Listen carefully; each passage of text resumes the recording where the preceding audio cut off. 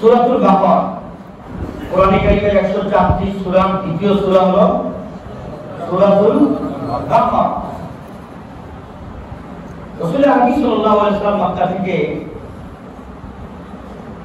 মদিনায় যাওয়ার পরে, হিজরতের পরে নবীজির মাদানী জিন্দেগির শুরুর সময়ের যে সমস্ত আয়াতগুলো বিধিবিধান সংক্রান্ত, জিহাদ সংক্রান্ত এবং অন্যান্য আল্লাহ পাকের ফয়সালা সংক্রান্ত আয়াত আল্লাহ নাযিল করেন, ওই আয়াতগুলোর মধ্য থেকে এই সূরা বাকারা শুরুর আয়াতগুলো, শুরুর প্রায় 17-18 রুকু পর্যন্ত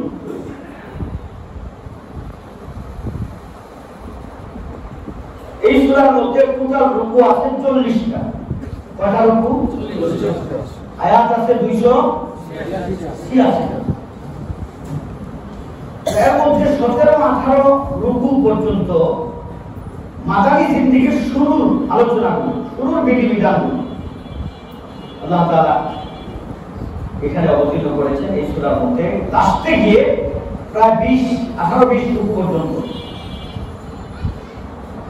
মাদানী জিন্দেগির শেষের দিকে আলোচনা প্রসঙ্গে আল্লাহ তাআলা নাযিল করেছেন, অবতীর্ণ করেছেন। আজকে আমরা সূরা বাকারার প্রথম 5 আয়াত তেলাওয়াত করেছি।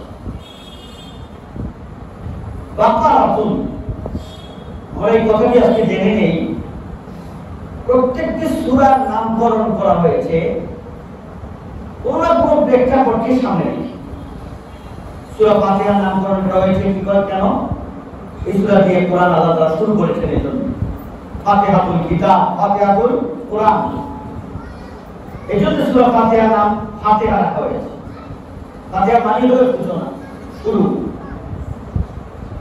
বাকারা এই সূরার মধ্যে এক জায়গায় আল্লাহ তাআলা একটি গরু, গাভী গরু নিয়ে আলোচনা করেছেন এবং আলোচনাটি খুবই গুরুত্বপূর্ণ, ঐতিহাসিক এবং স্পর্শকাতর একটি ঘটনাকে কেন্দ্র করে, হত্যাযজ্ঞ একটি ঘটনাকে কেন্দ্র করে আল্লাহ তাআলা একটি গাভীকে দিয়ে ওই ঘটনার ফয়সালা আল্লাহ করেছিলেন। বিদায় ওই গাভীকে কেন্দ্র করে এই সূরার নামকরণ করা হয় সূরাতুল বাকারা। নামকরণ করার এতটুকুই কারণ, গরুর সাথে এই সূরার সাথে আর কোনো সম্পর্ক নেই। সম্পর্ক শুধু এতটুকু যে আল্লাহ পাক এই সূরার মধ্যে গরুকে কেন্দ্র করে কিছু আয়াত নাযিল করেছেন। ওই গরু, যে গরুটা দিয়ে একটা হত্যাযজ্ঞের, হত্যাকাণ্ডের রহস্য উদ্ঘাটন করেছেন, কে হত্যাকারী, আলোচনা যখন আসবে তখন আমরা বিস্তারিত শুনব। আল্লাহ পাক এই সূরায় শুরু করেছেন আলিফ লাম মিম দিয়ে। কি দিয়ে? আলিফ লাম। পরের সবাই আলিফ লাম মিম। এখানে কয়টা হরফ আছে? কি কি? আলিফ লাম মিম। আমরা যখন হরফগুলো উচ্চারণ করব, তো আলিফ তো তাড়াতাড়ি আলিফ পড়ে ফেললাম। লাম যখন উচ্চারণ করব তখন কোরআনের ব্যাকরণ এবং আরবি ব্যাকরণ দুটোটাকে একসাথে করে আমরা লামকে টানি। আমার এখানে আরবি ব্যাকরণ আছে, কোরআনের ব্যাকরণ, এই অনুযায়ী এখানে মাদ হয়, চারানি মত, সর্বোচ্চ মত এটা। এই মাদকে আমরা অনুসরণ করে লামের মধ্যে চারানি দেই, মিমের মধ্যে চারানি দেই, এই জন্য দীর্ঘ করে লম্বা করি। এটা কিন্তু কোরআনের তাজবিদ, যে ব্যাকরণ, এই তাজবিদ অনুযায়ী আলিফকে তাড়াতাড়ি করি, আলিফ লাম মিম। এখানে হরফ আছে 3টা। কেউ যদি আলিফ লাম মিম এই 3টা হরফ উচ্চারণ করে, আল্লাহ তাআলা রাসূলের ঘোষণা অনুযায়ী তাকে 30টা নেকি দান করেন। সুবহানাল্লাহ। কয়টা নেকি? 20টা। যদি দেখে পড়ি 2000 গুণ, 30 এ 2000 দিয়ে গুণ করে। যদি নামাজের ভিতরে পড়ি, জামাতের সাথে পড়ি, তাহলে আরো বেশি গুণ বেড়ে যায়, 700 গুণ পর্যন্ত আল্লাহ তাআলা বাড়ায়। সুবহানাল্লাহ। 25 থেকে শুরু করে 700 পর্যন্ত আল্লাহর নবী। আলিফ লাম মিম এই তিনটা শব্দকে একত্রিত করে আমরা যদিও পড়ি, কিন্তু এই শব্দটাকে বা এই বাক্যটাকে আল্লাহর ভাষায়, কোরআনের ভাষায়, তাজবিদের ভাষায়, নবীজির ভাষায় এই শব্দগুলোকে বলা হয় হুরুফে মুকাত্তাআত, কাটা শব্দ। কাটা না? আলিফ লাম মিম কাটা শব্দ। হা মিম আলিফ লাম র হা মিম আইন সিন কাফ ইয়াসিন তাহা নুন কাফ কাফ হা ইয়া আইন সাদ কাটা শব্দ। এগুলা কি বলা হয় বাংলাতে? কাটা শব্দ। আরবিতে হুরুফে মুকাত্তাআত, হুরুফে মুকাত্তাআত। এইরকম শব্দ কোরআনে কারীমের 114টা সূরার মধ্যে সর্বমোট 29টা সূরায় 14টা ব্যবহার হয়েছে। 29টা সূরায় কয়টা? 14টা সূরা ব্যবহার হয়েছে 29টা। তাহলে বুঝা গেল এক একটা বিভিন্ন ডবল সূরা ব্যবহার হয়েছে। যেমন আলিফ লাম মিম এই একটা বাক্য 6টা সূরার মধ্যে ব্যবহার হয়েছে। কয়টা সূরার মধ্যে?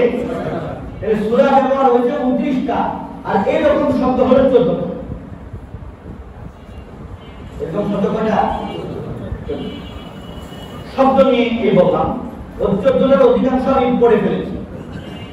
এই যে আলিফ লাম র হা মিম আইন সিন কাফ তাহা ইয়াসিন নুন কাফ, এগুলো আজকে আমরা এই 14টার একটাকে নিয়ে আলোচনা করছি, আলিফ লাম মিম। অর্থ এখন আমাদের কথা হবে এটার অর্থ কি, হামিমের অর্থ কি, ইয়াসিনের অর্থ কি, তাহার অর্থ কি, আলিফ লাম র এর অর্থ কি। এই যে 14টা কাটা শব্দ 29টা সূরার মধ্যে ব্যবহার হইল, এগুলোর অর্থ এটা আমাদের প্রথম আয়াত, প্রথম কথা। সূরা বাকারার প্রথম আয়াত কি বলেন তো? আলিফ লাম মিম। এই বাক্যটা কি অর্থ? সমস্ত তাফসীরের কিতাবের মধ্যে এই বাক্যটার অর্থ লেখা হয়েছে আল্লাহু আ'লাম বিমুরাদিহি বিহি। এই শব্দের অন্তর্নিহিত তাৎপর্য সম্পর্কে একমাত্র আল্লাহই জানেন। সুবহানাল্লাহ বলেন না? এই শব্দের অন্তর্নিহিত তাৎপর্য সম্পর্কে একমাত্র কে জানেন? আল্লাহ। এটা আমাদের নবীজি জানেন না? নবীজি জানেন কি জানেন না এটা নবীজি জানেন। নবীজি আমাদেরকে বলেন, নবীজি কোন সাহাবীকে বলেন। নবীজি বলেছেন আল্লাহু আ'লাম বিল-মুরাদ, এই শব্দের অর্থ একমাত্র আল্লাহ। নবীজি জানেন কি জানেন না? নবীজি জানেন। আমরা নবীজির জবাব থেকে যেটা শুনেছি সেটা হলো নবীজি বলেছেন যে এর অন্তর্নিহিত তাৎপর্য সম্পর্কে একমাত্র আল্লাহই জানেন। মোটামুটি সারা পৃথিবীর উলামায়ে কেরাম দুই ভাগে বিভক্ত। অধিকাংশ সাহাবায়ে কেরাম, অধিকাংশ আলেম এই দিকে যে এই সমস্ত হরফগুলো, কাটা হরফগুলোর অর্থ আল্লাহ তাআলাই জানেন। এগুলো আল্লাহ তাআলা ইজাজান, মুজিজাতান, কোরআনের যে মুজিজা, যে আমি এমন একটা শব্দ দিয়ে কোরআন শুরু করছি, নজরুলের কোরআনের সময়, কোরআন অবতীর্ণের সময় পৃথিবীতে বড় বড় আরবি সাহিত্যিকরা ছিল, বড় বড়, যে আরবি সাহিত্যিক এখন এই পর্যন্ত পৃথিবীতে জন্মগ্রহণ করে নাই, যে আরবি সাহিত্যিক অতীত হয়েছে তখন। ইমরাউল কাইস খ্যাতিমান একজন আরবি সাহিত্যিক কোন সময় জাহিলি যুগে মুতানাব্বি জাহিলি যুগের একজন বড় আরবি সাহিত্যিক লাবিদ বড় একজন আরবি সাহিত্যিক পরবর্তীতে মুসলমান হয়েছে। এই সমস্ত আরবি সাহিত্যিকেরা যখন আরবি সাহিত্য চর্চা করত এবং বছরে একবার মেলা হইতো ফুকাস মেলা, আরেকটা মেলা হইতো, এই মেলাটার ছিল এরকম যে যে যত সাহিত্যপূর্ণ ভাষা দিয়ে পদ্য অথবা গদ্য কবিতা অথবা যে কোনো রচনা লিখে কাবাঘরের দেয়ালে লটকিয়ে রাখবে, যারটা সবচেয়ে বেশি সাহিত্যিকতায় ভরপুর হবে, ভাষা জ্ঞানে ভরপুর হবে, তাকে অ্যাওয়ার্ড দেওয়া হবে, পুরস্কার দেওয়া হবে এবং তাকে সর্বোচ্চ সম্মাননা দেওয়া হতো যে তুমি আফসাহুল আরব, আরবের মুখে সবচেয়ে বড় সাহিত্যিক, এই সম্মাননা তাকে দেওয়া হবে। ওই সময় কোরআন নাযিল হয়েছে, আল্লাহ যদি ভাঙা ভরা কিছু ভাষা দিয়ে কোরআন নাযিল করতেন তো ওই সমস্ত সাহিত্যিকেরা বলতো এগুলো কি করে, এই সমস্ত ভাষা তো আমাদের কাছে কিছুই না, কি মনে করবো মোহাম্মদ তুমি এগুলো কি বলতেছো, তোমার তো ভাষা হয় না। আল্লাহ পাক সর্বোচ্চ সাহিত্যিকতা, সাহিত্য রস, ভাষাকে এই কোরআনের মধ্যে ঢুকিয়ে দিয়ে কোরআনের আয়াতগুলো সূরাগুলো নাযিল করলেন এবং চ্যালেঞ্জ করলেন যে সারা বিশ্বের সমস্ত মানবতাকে একত্রিত করে আমার একটা আয়াতকে মানতে দেখি, একটা আয়াত দাও, ওয়াদউ শুহাদাআকুম মিন দুনিল্লাহ ইন কুনতুম সাদিকিন। ডাকো কাফেররা, পারেন সবাই মিলেও পারেন, সবাই মিলে চেষ্টা করে আল্লাহর মতো করে একটা আয়াত, একটা বক্তব্য তারা পেশ করতে পারে এবং তারা স্বীকার করেছে যে আমরা তো আরবের বুকে সারা বিশ্বের সবচেয়ে বেশি সমাদৃত ব্যক্তিত্ব, সাহিত্যকতায় পরিপূর্ণ আমরা বলছি, ঘোষণা করছি আল্লাহ পাকের এই কালাম যেটা মুহাম্মদ পড়তেছে, এই কালামের সামনে আমাদের ভাষা জ্ঞান কিছুই নেই, কিছুই নেই। এরকম একটা ভাষা দিয়ে আল্লাহ তাআলা কোরআনে কারীম অবতীর্ণ করেছেন আর সেই কোরআনের সূরা বাকারার প্রথম আয়াত দিয়েছেন আলিফ লাম মিম। আলিফ লাম মিম। কেউ বলেছে যে সাহাবায়ে কেরাম সবাই পড়ছে আলিফ লাম মিমের অর্থ, এজন্য নবীজির বলার দরকার নেই। আমি মনে করি ওরা এই কথাটা ঠিক না। সাহাবায়ে কেরাম যদি বুঝতেন এর অর্থ কি এটা তো বলতেন। কোন কবি সাহিত্যিক তার ভাষায় এরকম শব্দ ব্যবহার করে না, যদি করত তাহলে বুঝতো এই আলিফ লাম মিমের অর্থ। আর এটা তাহলে চ্যালেঞ্জ হতো না যে আমি এটা কি লিখছি বলো তো দেখি, তো হ্যাঁ কি বলেছি বলো তো দেখি। ওই যে দ্বিতীয় গ্রুপ যারা বলে যে এর অর্থ আছে, তবে এর অর্থ আছে, এর অর্থ কি দেয় বলে আলিফ দ্বারা অর্থ হলো আল্লাহ। আলিফ দ্বারা অর্থ কি?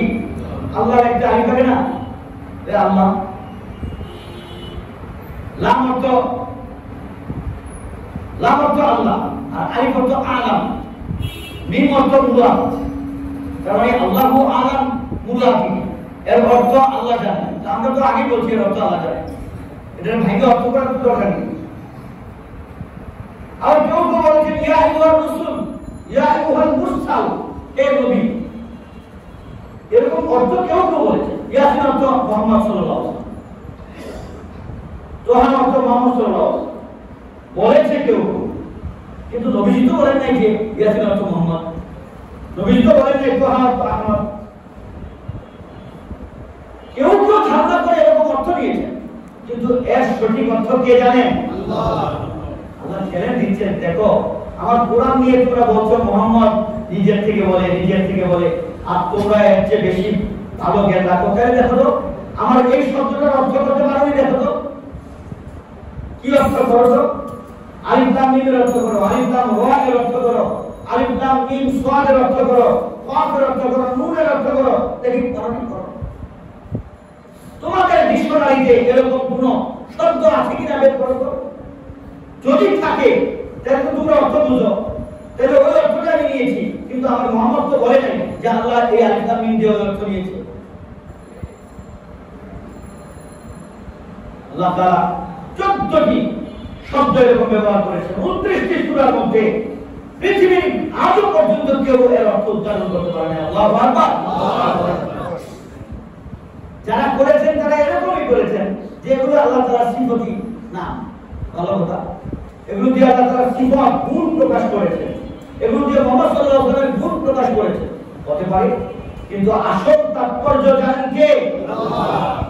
সেটি আমরা প্রথমে বলেছি আল্লাহু আ'লাম বিমুরাদিহি বিহি। এর আসল অন্তর্নিহিত তাৎপর্য সম্পর্কে একমাত্র আল্লাহই জানেন।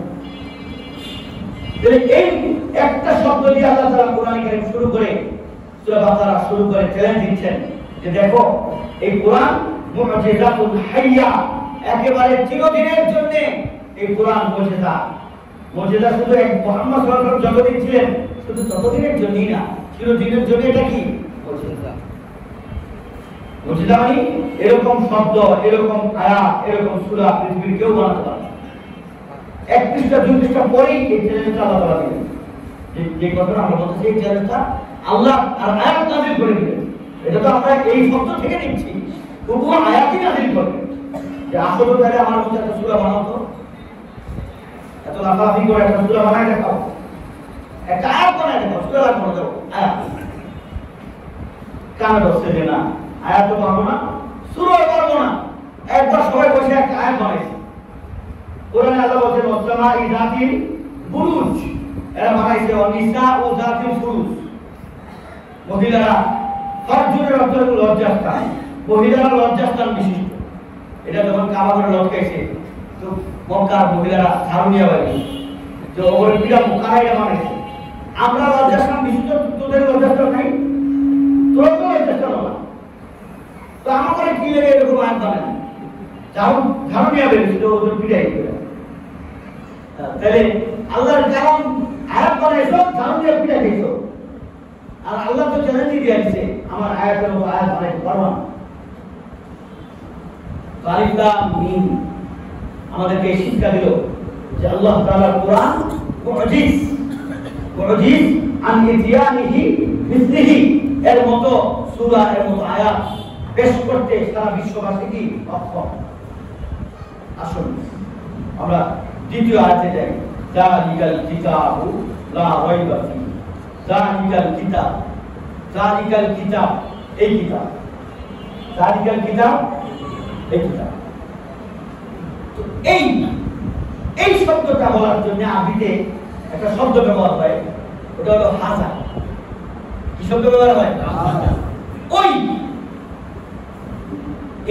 ইংরেজিতে এই শব্দ এই বোঝাবার জন্য কি শব্দ ব্যবহার হয়? আর ওই দিস, আর ওই দ্যাট। আমি যদি বলি that is a book, that is a table, আমার কথাটা ঠিক বলেন ঠিক হবে? না, কি বলতে হবে? This is a table, this is a table. আমি বললাম দ্যাট ইজ এ টেবিল, হলো। আল্লাহ বলতেছেন যালিকাল কিতাব এই কিতাব, এটা তো হলো। বলার দরকার ছিল হাজা কিতাব, আল্লাহ বলতেছেন কি যালিকাল কিতাব, ওই কিতাব না, ওই কিতাব। কিতাব তো ওই না, কিতাব তো এই, কিতাব তো এই। এই হলে বলার দরকার ছিল হাজাল কিতাব, আল্লাহ বলতেছেন কি যালিকাল কিতাব। আল্লাহকে তো আর ভুল ধরা যাবে না, ভুল হলে আমাদের বুঝার জন্য। আসলে যখন এই আয়াত নাযিল হয়েছে তখন কি এই কিতাব ছিল? বলেন এই কিতাব ছিল? কিতাব কিন্তু ছিল না। নবীজির ইন্তেকালের 2 বছর আবু বকর পারেন না এই কিতাব এইভাবে বের করতে। ওমরের খেলাফতে মসনদে অধিষ্ঠিত হওয়ার কয়েক বছর পরে এরপরে সিদ্ধান্ত ক্রমে তথাপিও বের হয়ে এরপরে হযরত ওসমান রাদিয়াল্লাহু তাআলা এই কিতাব আকারে ঠিক এভাবে হয়তো তার বড় ছিল, কাগজ মোড়া ছিল, এইরকম একটা মুজাল্লা মাসহাফ, যেটাকে মাসহাবে ওসমানী বলা হয়, ঠিক এইভাবে 114 সূরা এইভাবে তারতিব দিয়ে এই কোরআন আমাদের হাতে আছে। তো আল্লাহ যখন কোরআন আয়াত নাযিল করেছেন, বুঝাচ্ছে জি। আবার অনেক সময় আমরা সম্মানের জন্য এই শব্দগুলো ব্যবহার করে থাকি, বহুবচন ব্যবহার করে থাকি, দূরের শব্দ কাছে ব্যবহার করে থাকি। এটাও হতে পারে যে কিতাব সম্মানিত কিতাব, এই জন্য আল্লাহ তাআলা বলছেন যালিকাল কিতাব। যেভাবেই হোক আল্লাহ তাআলা এই কিতাবকে সম্বোধন করে বললেন যে এই কিতাব আল্লাহর পক্ষ থেকে, মুনাজ্জালুন মিনাল্লাহ, কার পক্ষ থেকে? আল্লাহ। দ্বিতীয় কথা, লা রাইবা ফিহি, যালিকাল কিতাব কথা শুরু করছেন আল্লাহ তাআলা, যালিকাল কিতাব কথা শুরু, এরপরে সংবাদ দিচ্ছেন, কথা শেষ করছেন লা রাইবা ফিহি। লা রাইবা ফিহি, এখানে কথা শেষ করা আবার দুইটা ভাগে কথা শেষ করছেন। এক হলো এই কিতাব, যে কিতাবের মধ্যে কোনো সন্দেহ নাই। দ্বিতীয় হলো এই কিতাব হেদায়েত প্রদর্শন করার জন্য আমি অবতীর্ণ করেছি। তাহলে এখানে দুটো কথা পেলাম, একটা হলো এই কিতাবে কোনো সন্দেহ নাই, এই কিতাবে কয়েক বছর আগে ভারতের এক হিন্দু সে বলেছিল এই সমস্ত আয়াতগুলোর মধ্যে সন্দেহ আছে, সে আবার মোকদ্দমা দায়ের করেছিল, মামলাও করেছিল আয়াতের বিরুদ্ধে। আদালত থেকে আবার তার বিপক্ষে, কোরআনের পক্ষেই রায় ঘোষণা করা হয়েছে। মাঝে মাঝে দেখবেন জিহাদের কিছু আয়াত নিয়ে মামলা করে, জিহাদের কিছু আয়াত নিয়ে কথা বলে, বিভিন্ন আয়াত নিয়ে সন্দেহ পোষণ করে। আল্লাহ বলতেছেন না রাইবা ফিহি, আমার এই কিতাবের মধ্যে কোনো সন্দেহ নাই। এখন কেউ যদি সন্দেহ করে, আল্লাহ বলছেন সন্দেহ নাই, কেউ যদি সন্দেহ করে তাহলে এটা কি তার দোষ না আল্লাহর কালামের মধ্যে কোনো সন্দেহ আছে? তার দোষ কেন? বুঝ কম, কি কম? বুঝ কম হওয়ার কারণে সে বলছে এ আছে, সে আছে, সে আছে। আল্লাহ যেটা বলেছেন সেটাই সঠিক, লা রাইবা ফিহি, লা রাইবা ফিহি, এর মধ্যে কোনো সন্দেহ নেই। সন্দেহের কিছু আল্লাহর কালামের মধ্যে থাকতে পারে না, এই কথা আমরা বিশ্বাস করি। দ্বিতীয় কথা, হুদাল লিল মুত্তাকিন, এই কিতাব হেদায়েত পথ দেখাবে মুত্তাকিদের। কাদের? যারা বলেন কাদের? মুত্তাকিদের পথ দেখাবে। তাই কাফেরের পথ দেখাবে না, মুশরিকদের পথ দেখাবে না, শুধু মুত্তাকিদের, মুসলমানদেরই পথ দেখাবে। তাহলে এটা কেমন কিতাব হলো যে শুধু মুসলমানদের পথ দেখাবে? আমরা তো শুনতেছি, আমরা তো দেখতেছি অনেক আপনার খ্রিস্টান, অনেক ইহুদি, অনেক নাসারা, অনেক পৌত্তলিক, মুশরিক, সে কোরআন রিসার্চ করতে গিয়ে, এই যে ডক্টর মরিস বুখারী, বিখ্যাত একজন বিজ্ঞানী, এবং সে ভ্রূণ বিজ্ঞানী, মানুষের ভ্রূণ তত্ত্ব নিয়ে এসে গবেষণা করে। এই লোক ভ্রূণের ব্যাপারে, মানব সৃষ্টির ব্যাপারে যে সমস্ত আয়াতগুলো আছে, ওই আয়াত গবেষণা করে মুসলমান হয়ে গেছে। এরকম অনেক বিজ্ঞানীরা বিভিন্ন আয়াত নিয়ে গবেষণা করতে গিয়ে মুসলমান হয়ে গেছে। তাহলে কোরআন কারীম তো তাদের পথ দেখাইছে, পথ না দেখালে সে মুসলমান হলে কিভাবে?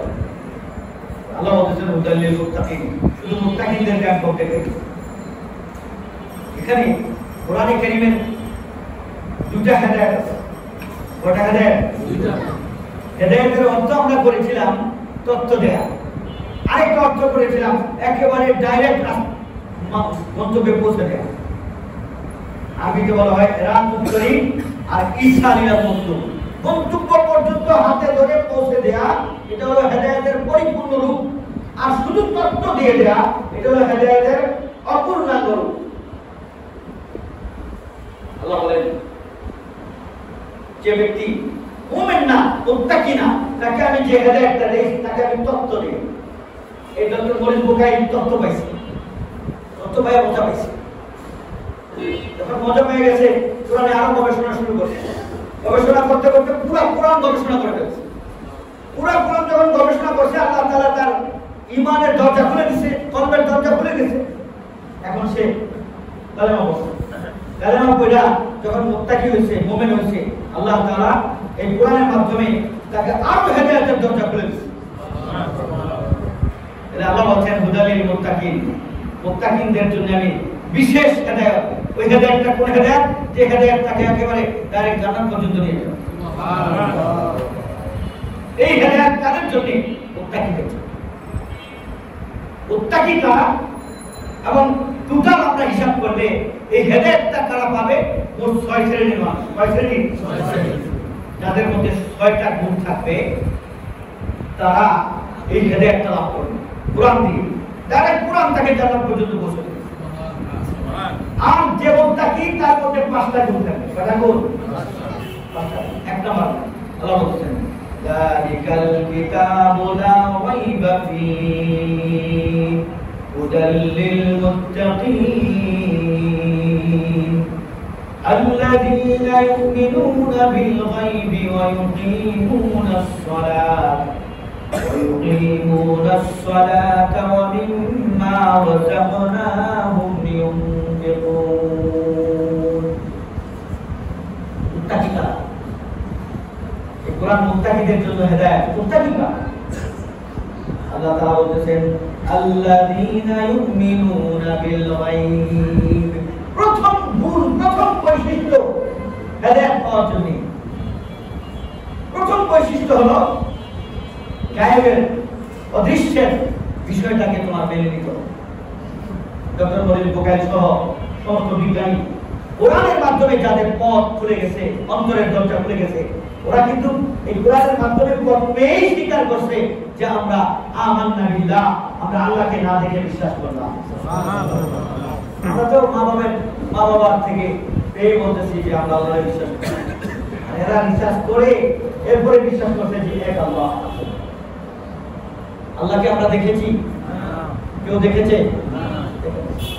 তো ইউমিনুনা বিল গায়ব গায়বের যে বিশ্বাসটা এই বিশ্বাসটা কিন্তু শুরু হয় আল্লাহ থেকে তার থেকে প্রথমে আল্লাহকে বিশ্বাস করি আমরা বিশ্বাস করেছি কিভাবে আমানতু বিল্লাহি ওয়া মালাইকাতিহি ওয়া কুতুবিহি ওয়া রুসুলিহি ওয়াল ইয়াউমিল আখির ওয়াল কদরি খাইরিহি ওয়া শাররিহি মিনাল্লাহি তাআলা ওয়াল বাসি বাদাল মাউত একটা কি দেখি আমরা একটারও দেখছি আল্লাহকে দেখি নাই রাসূলদেরকে দেখি নাই দেখেছি রাসূলদেরকে দেখি নাই কিতাব কোরআন ছাড়া আর কোন কিতাব দেখেছি এরপরে তকদিরে কি লেখা আছে দেখি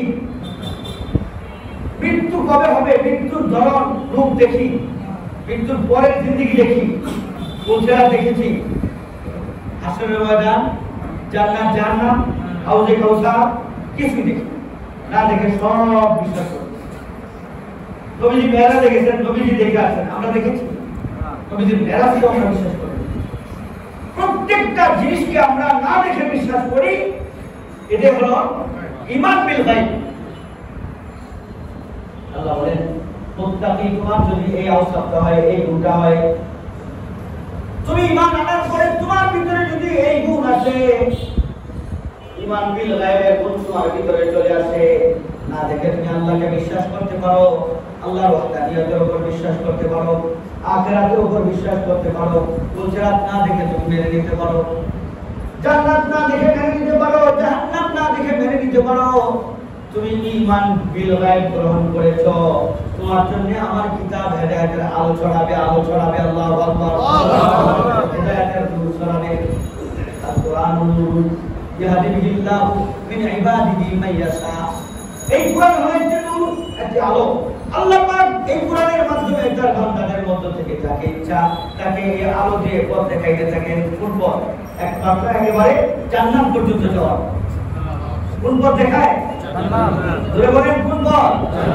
জান্নাত পর্যন্ত যাওয়া কোন তত্ত্ব না একেবারে সোজা তোমাকে পথে দুই নাম্বার আওসাফ আল্লাহ বলেন ওয়া ইউকিমুনাস সালাহ যে ব্যক্তি নামাজ কায়েম করবে সে মুত্তাকি এই কোরআন থেকে পথ দেখায় আল্লাহু আকবার আমরা নামাজ পড়ি যারা জামাতে নামাজ পড়ে তারা নামাজ কায়েম করে যারা মসজিদ বানায় তারা নামাজ কায়েম করে যারা ছেলে মেয়েদেরকে নামাজ শিখায় নামাজ পড়ায় একসাথে নামাজ পড়ে নামাজ কায়েম করে আপনি ঘরের ভিতরে দোকানের ভিতরে বা ঘরে একটা জায়গা বানালেন ওইখানে একা একা নামাজ পড়েন আপনি নামাজ পড়েন আপনি নামাজ কায়েম করেন না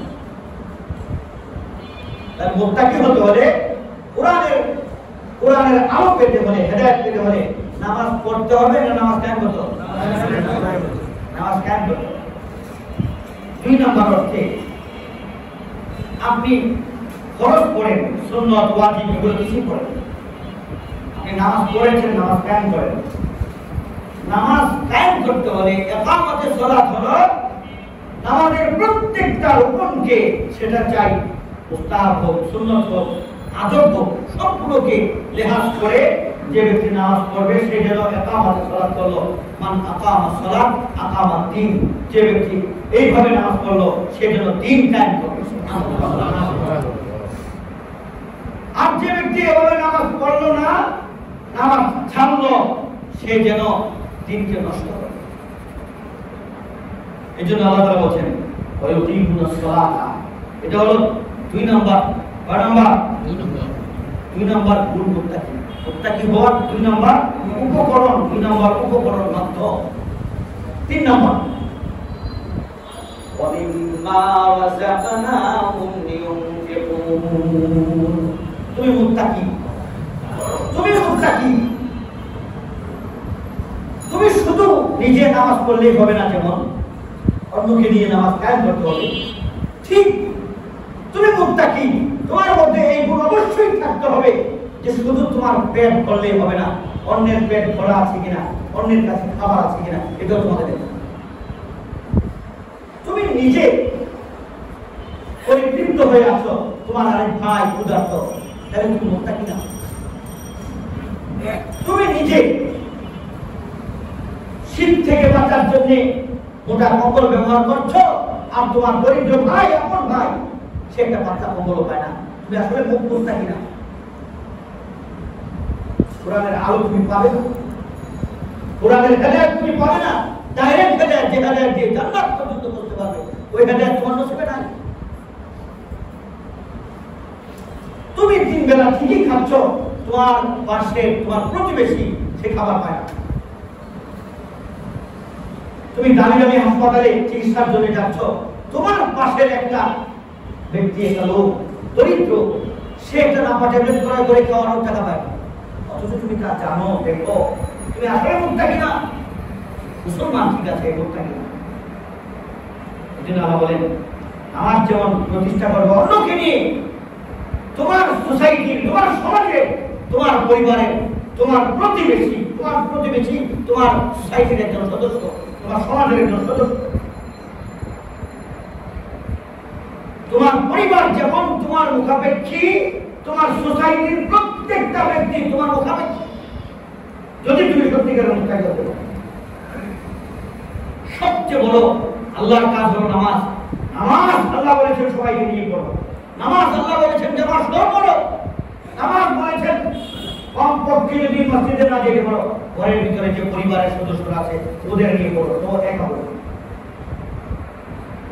নামাজ এই ইবাদত যদি তুমি সকলকে নিয়ে পড়তে পারো, তো তোমাকে আরেকটা কাজ করতে হবে, সেটা তার খাবারের ইন্তজাম, তার আহারের ইন্তজাম, তার পোশাকের ইন্তজাম, তার থাকার ইন্তজাম, তার চলাফেরার ইন্তজাম। এই ইন্তজামগুলো তোমরা সকলে মিলেমিশে একটা সমাজে, একটা গোত্রে, নুজুলে কুরআনের সময় গোত্র ছিল, এখন তো সমাজ, এখন কি মহল্লা, পাড়া, সমাজ। যখন কোরআন নাযিল হয়েছে তখন ছিল কি কবিলা, কবিলা, গোত্র। এক একটা গোত্র নিয়ে এক একটা কবিলা, এই গোত্রের মধ্যে আবার ভাগ ভাগ ছিল, এটা অমুক কবিলা, অমুক কবিলা, কবিলা একটা কবিলা মিলে ছিল একটা বিশাল একটা সমাজ, একটা এলাকা, একটা কারিয়া, একটা কারিয়া, একটা এলাকা, একটা মিলে ছিল একটা শহর, এইভাবে ছিল। এখন তো বিস্তৃত হয়েছে, বিশাল হয়েছে, এখন পাড়া। এখন তার পাড়া গেলে তখন তার কবিলা ছিল, গোত্র ছিল।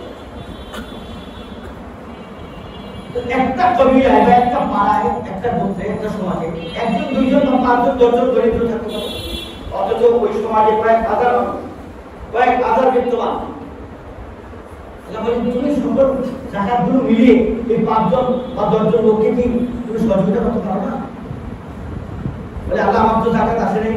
জাকাত না আসুক, তোমার তো অর্থ আছে, তোমার অর্থ দিয়ে মুসলিমরা অর্থ করে সকলে মিলে সোসাইটির ভিতরে, সমাজের ভিতরে যারা দরিদ্র আছে তাদের আহারের ব্যবস্থা করতে পারো না? তারাও তো আমার বান্দা, তোমাকে আমি সুযোগ দিয়েছি, শক্তি দিয়েছি, সামর্থ্য দিয়েছি, করে দিই। তুমি আমার সুযোগেই তো তুমি চাকরি করো, পাখির খামারি করো, ফসলাদি কোনো ও পারে না, করে তুমি সহযোগিতা করো। আল্লাহ তাআলা চতুর্থ সেই গুণগান কথাই বলেছেন, অমিম্মা রাযাকনাহুম ইউনফিকুন। যারা আমার রিজিক দিয়ে অন্যকে রিজিকের ব্যবস্থা করে, আমার দেওয়ার ব্যবস্থা করে, তারা হলো সত্যিকারের আমার মুত্তাকি বান্দা। সুবহানাল্লাহ। শুধু নামাজ পড়তে বলে আল্লাহ ছেড়ে দেন, শুধু ঈমান বিল গায়ব এটা বলে আল্লাহ ছেড়ে দেন নাই। দেখেন পরিপূর্ণ মুসলমান হওয়ার জন্য, মানুষ হওয়ার জন্য এই চারটা গুণ আপনাকে অবশ্যই ফিল করতে হবে, উপলব্ধি করতে হবে এবং নিজের মধ্যে বাস্তবায়ন করতে হবে। এরপরের গুণটি কি? আল্লাহ বলছেন, দেখো ওয়াল্লাযীনা ইউমিনুনা বিমা উনজিলা ইলাইক। সমাজে চলতে গেলে যখন কোরআন নাযিল হয়েছে তখন তার সমাজটা আপনি একটু চিন্তা করেন। এটা মাদানী সূরা এবং মদিনায় হিজরতের শুরুর দিকে সূরা। নবীজি মদিনায় ঢুকেই দেখেন যে আগে মক্কায় থাকতে সব পৌত্তলিক মূর্তি পূজা। মদিনায় ঢুকে দেখলেন যারা এগুলো সব আমার সাথে দেখা করতে আসছে সব ইহুদি বাচ্চা, সব কি ইহুদি। মদিনার আশেপাশে ইহুদিদের বসবাস ছিল। ইহুদিরা কিন্তু পৌত্তলিকদের চেয়ে ভালো ছিল। পৌত্তলিকরা তো গোড়া কাফের, গোড়া, কারণ ওদের কোনো বিধানই নেই। ওদের বিধান হলো শয়তান। ওদের বিধান কি? ওদের কি কোনো কিতাব আছে? এই যে দেখেন 33 কোটি দেবতার যারা পূজারী, ওদের কোনো কিতাব আছে? ওই সবগুলো তো তাদের নিজেরা লিখে দিতাম। আর যদি তাদের কোনো কিতাব থাকেও সেই কিতাবে কি স্পষ্টভাবে এগুলো আছে যে মূর্তি বানায় পূজা করো? যদি তারা দেখায় ওটা মিথ্যা। তারা এই যে গীতা, এই যে আরো যা যা বলে তারা, এগুলো তো মানুষের লেখা। এরপরেও আমরা বলি গীতা যদি তোমাদের কারো কাছে অবতীর্ণ হয়েও থাকে, গীতার মধ্যে শিরকের বিরুদ্ধে কথা থাকবে, শিরকের পক্ষে কথা থাকবে। যদি শিরকের পক্ষে কথা থেকে হুকুম থাকে, ওই গীতা আল্লাহ প্রদত্ত না শয়তান প্রদত্ত। তোমরা ওই গীতাই পড়ে এগুলো করতেছ। আমরা কনফার্ম করতে পারি এই ধরনের গীতা আল্লাহ থেকে নাযিল হওয়া না, কারণ গীতা ছাড়া আর যত কিতাব আছে সব কিতাবে শিরকের বিরুদ্ধে কথা আছে। তাই দেখুন মুশরিকরা এই আহলি কিতাব, ইহুদিদের যে খারাপ, ইহুদিদের তো ধর্ম আছে, ইহুদিদের কিতাব আছে। আসলে ইহুদিরা কিন্তু আগে প্রথম মুসলমান। ইহুদিরা কি বলেন? ইহুদিরা কি প্রথম মুসলমান? আমার আপনার আগে তারা মুসলমান, আমার নবীর আগে তারা মুসলমান। কারণ কি? আল্লাহ তাআলা কোরআনে বলেছেন ইব্রাহিম তোমাদের জাতির পিতা, কারণ সে তোমাদেরকে মুসলমান নাম দিয়েছে। ওয়া সাম্মাকুম মুসলিমিন। তো আমাদের নাম দিয়েছে না, নিজে বলছে ওয়ানা আউয়ালুল মুসলিমিন। নিজের ব্যাপারে বলেন নাই, নিজে ইব্রাহিম বলেছেন যে আমি প্রথম মুসলমান। আল্লাহু আকবার। কোরআন আমাকে ইনফরমেশন দিতেছে যে ইব্রাহিম বলেছে ওয়ানা আউয়ালুল মুসলিমিন, আমি প্রথম মুসলমান। আর আল্লাহ বলতেছেন যে মিল্লাত আবিকুম ইব্রাহিম ওয়া সাম্মাকুম মুসলিমিন, তোমাদেরকে মুসলমান বানাইছে, নাম দিয়েছে। নাম থেকে নিয়ে আমাদের পর্যন্ত 4000 বছর, 4000 বছর আগে ইব্রাহিম নবী প্রথম এই কথাটা বলছেন যে আমি মুসলমান। তাহলে ইব্রাহিমের সন্তান ইসহাক, ইসহাকের সন্তান ইয়াকুব, ইয়াকুবের সন্তান এই 12 জনের একজন ইয়াকুব। এই ইহুদিরা ওই নসলের ইহুদি। তাহলে এই ইহুদিরা নিজেদের বাবার দিকে নিসবত করে ইহুদি, এই নিসবতটা, এই সম্পর্কটা দেওয়ার আগে নিজেদেরকে মুসলমান করে। ওই যে ইব্রাহিম দাদা, উপর দাদা ইব্রাহিম যে বলছে আমি মুসলমান, সেই শুনতে তো তারা আগে মুসলমান।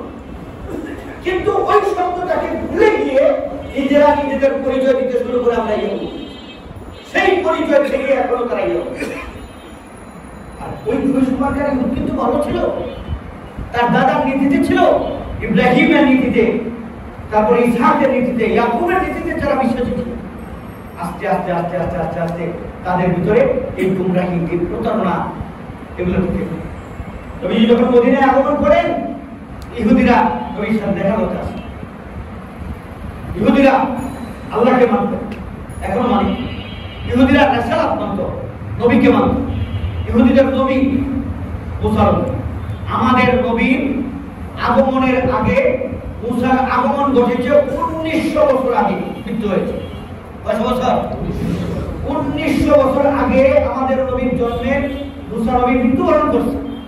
তাহলে এখন 1400 আর 1900 মিলান মুসানবীর ইন্তেকাল কত বছর আগে হয়। তাহলে এই 1900 বছরে ইহুদিরা মুসার তাওরাত পড়ে আসছে, মুসার তাওরাত পড়তেছে। তারপরে মাঝখান দিয়ে যারা ইহুদি থেকে খ্রিস্টান হয়েছে তারা ইনজিল পড়ে। ইহুদি আর খ্রিস্টান প্রত্যেকেই কিন্তু নিজেদের নবীকে মানে, ঈসা মুসাকে মানে, কিন্তু মুহাম্মদ রাসূলুল্লাহ যখন গ্রহণ করলেন এখন আর মুহাম্মদকে মানতে হবে।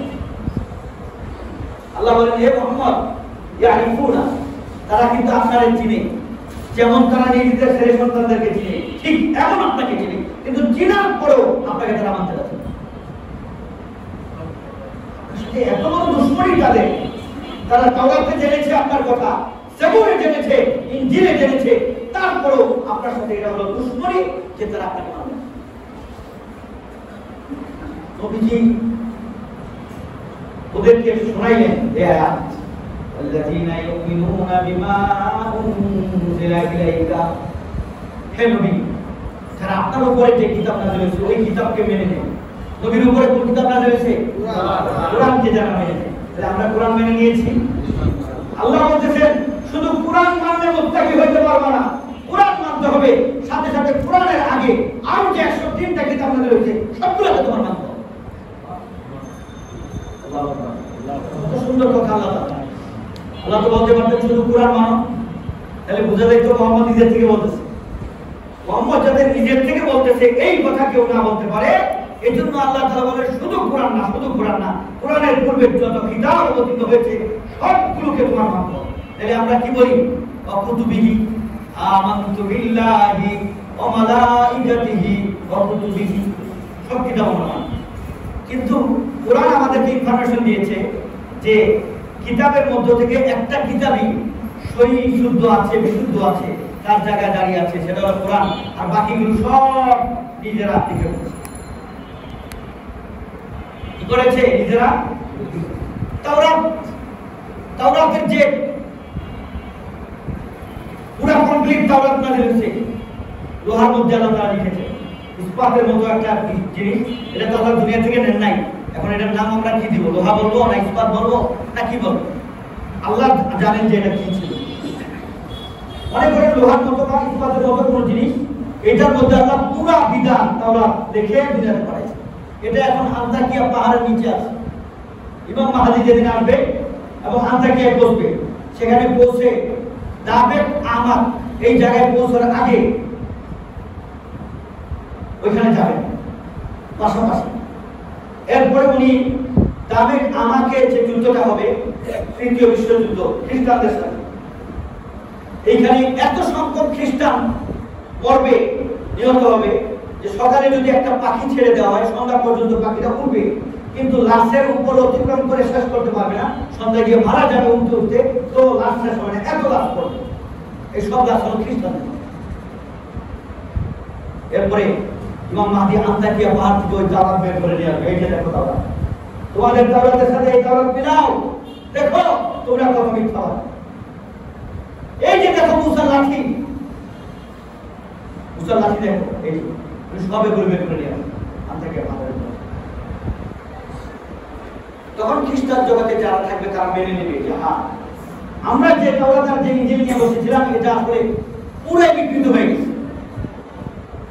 এবং ঈসা মসিহ যে কথাগুলো বলেছেন ওই কথাগুলোই তো ইনজিল, ইনজিলে ইউহানা, ইনজিলে মাত্তা, এখন আনাজিল আর 4টা ইনজিল একসাথে করে আবার এটা ছাপানো হয়েছে। এগুলোর মধ্যে মানুষ লেখে অনেক পরে ফেলছে, কিন্তু আল্লাহর কোরআনের মধ্যে কেউ হাত দিতে পেরেছে? আল্লাহ বলেছেন কেউ যদি হাত দেয় ওর হাত ভেঙে দিব। কি বলেছেন? হাত ভেঙে দিব। এটা কে বলেছেন? আল্লাহ বলছেন, জবুরে বলছেন, ইনজিলে বলছেন যে ইনজিলে যদি কেউ হাত দেয় হাত ভেঙে দিব। কোরআনে বলছেন যে আমি ওর ডান হাত ভেঙে দিব, ডান হাত দিয়ে দিলেন বলে আমি ওর ডান হাত ভেঙে দিব। কোরআনে হাত দিবে? আল্লাহ বলতেছেন শুধু কোরআন না, বাকি যে আমি কিতাব নাযিল করছি, এই কিতাব নাযিল করছি এই কথাটা কোনো বিশ্বাস করে। ওই কিতাব কইরা বিশ্বাস করতে বলি নাই, বরং বিশ্বাস করবে আমি নাযিল করছি ইনজিল, নাযিল করছি তাওরাত, নাযিল করছে জাবুর, নাজিল করছে সহিফে মুসা, সহিফে ঈসা, সহিফে ইব্রাহিম, সহিফে আদম, এগুলো আমি নাজিল করেছি। যার কাছে যেটা নাজিল করেছি আমি করেছি, আমি জানি কার কাছে কি নাজিল করেছি, তুমি শুধু বিশ্বাস করো। এটা হলো কোরআনের কি ফরমান।